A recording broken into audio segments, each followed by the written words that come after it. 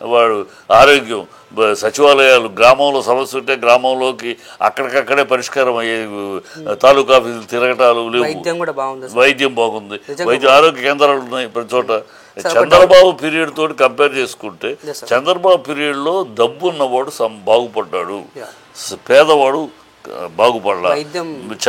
ఈ పీరియడ్లో డబ్బున్నవాడు సగతైన పేదవాడు సంతృప్తిగా ఉన్నాడు, పేదవాడు కడుపు నిండుతుంది, పేదవాడి కంట సంతోషం కనపడుతుంది, ముఖంలో ఆనందం వెలువరిస్తుంది. పేదవాడికి ముద్ద అన్నం పెట్టిన వాడిని పేదవాడు మర్చిపో. డబ్బున్నాడు విశ్వాసఘాతకుడు, డబ్బున్నవాడు లాభం పొందుతాడు, తర్వాత మర్చిపోతాడు. కానీ పేదవాడు మాత్రం ఏనాటికి ఒక ముద్ద, నీ చేతి ముద్ద ఒక ముద్ద తినాడు, జీవితంలో మర్చిపోడు.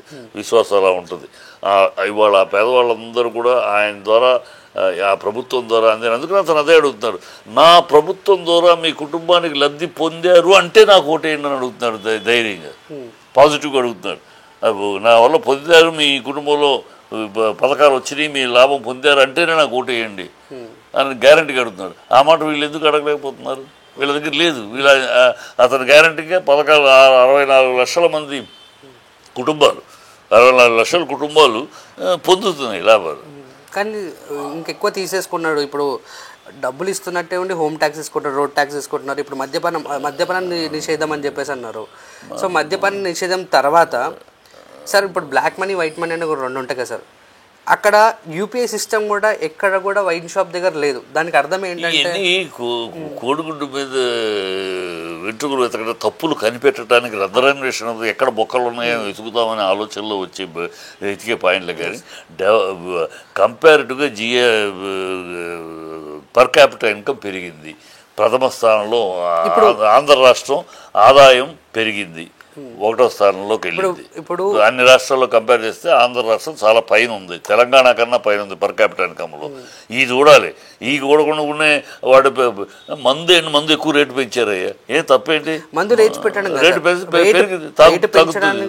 పెంచడానికి కూడా ఎవరు కూడా ప్రజలు అది కూడా మాట్లాడారు కదా చంద్రబాబు, రేటు పెంచేశారు, నేను తక్కువకే మందు ఇస్తాను. రేటు పెంచడం గురించి మాట్లాడతలేరు. కానీ ఇప్పుడు మోడీ సిస్టమ్ గారు ఇప్పుడు ఏం చేశారంటే యూపీఐ సిస్టమ్ వచ్చింది అండ్ బ్యాంక్ ట్రాన్సాక్షన్ వచ్చింది. ఎందుకు లైవ్లో పెట్టలేదు? మనీ ఇస్తేనే చేస్తున్నారు. అంటే మనీ ఇస్తారంటే మనీ ఇస్తే బ్లాక్ మనీ కదా. ఇప్పుడు మన చేతిలో ఉన్న రూపాయి ఎవరికి కనిపించదు ప్రభుత్వానికి. ఆ కనిపించని రూపాయి ఏం చేస్తున్నారని ప్రజలు అడుగుతున్నారు. దాని గురించి మరి కనిపించిన రూపాయి క్యాష్ అంటే ఇప్పుడు క్యాష్ కడితే అది బ్లాక్ మనీకి ఇద్దా లెక్క?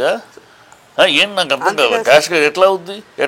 అవును సార్, ఇప్పుడు మీ జోబులో ఉన్న 1 రూపాయి ఇప్పుడు ప్రభుత్వానికి బ్లాక్ మనీ ఎట్లా అవుతుంది? నా జేబులో ఉన్న డబ్బు, నేను జేబులో ఉన్న డబ్బు నేను కూరగాయలు కొంటాను, అది డబ్బులు కూరగాయలకు వెళ్తాయి.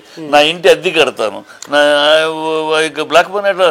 డబ్బు ట్రాన్సాక్షన్, బ్యాంక్ ట్రాన్సాక్షన్ జరగాలనేది ఒక విధానం. అంత మాత్రాన మిగతా అంతా బ్లాక్ మనీ అని కాదు. నీ జేబులో ఉన్న 10 రూపాయలు కార్డులో ఉంటేనే డబ్బులు, లేకపోతే దీంట్లో ఉంటే బ్లాక్ మనీ అని కాదు. కార్డులో ఉన్న డబ్బులు మనం ఇంటి రెంట్ల కోసమో దేనికోసమో వాడితే అది వైట్ మనీ. కానీ ఇక్కడ ఏం చేస్తున్నారంటే ఇక్కడ ఉన్న డబ్బుని వేరే అకౌంట్లోకి ఎలా ట్రాన్స్ఫర్ అవుతుంది? ఎవరు చెప్పారు వేరే అకౌంట్లో వెళ్తుందని? ఎవరు చెప్తున్నారు? ఎవరు చూసారు? వేరే ఈ డబ్బులన్నీ ఎక్కడికి వెళ్తే డబ్బు ఓనర్ వాడు రెంట్కి వెళ్తుంది, వాడు షాప్ రెంట్కి వెళ్తుంది, లైసెన్స్ కట్టేటప్పుడు వాడు వర్కర్స్కి వెళ్ళే డబ్బులు వెళ్తాయి. లెక్కలు వాళ్ళకి ట్రాన్సాక్షన్స్ లైవ్ లెక్కలు ఎందుకు చూపించలేకపోయారు? ఎందుకు యూపీఐ సిస్టమ్ పెట్టలేకపోయారు? లెక్కలు చూపించలేదని ఎలా అంటారమ్మా? వాళ్ళు ఏమైనా ఇన్కమ్ ట్యాక్స్ రైడ్ చేశారా, సేల్స్ ట్యాక్స్ రైడ్ చేశారా? రైడ్ చేసి పట్టుకోమరండి, పట్టుకుంటారు కదా.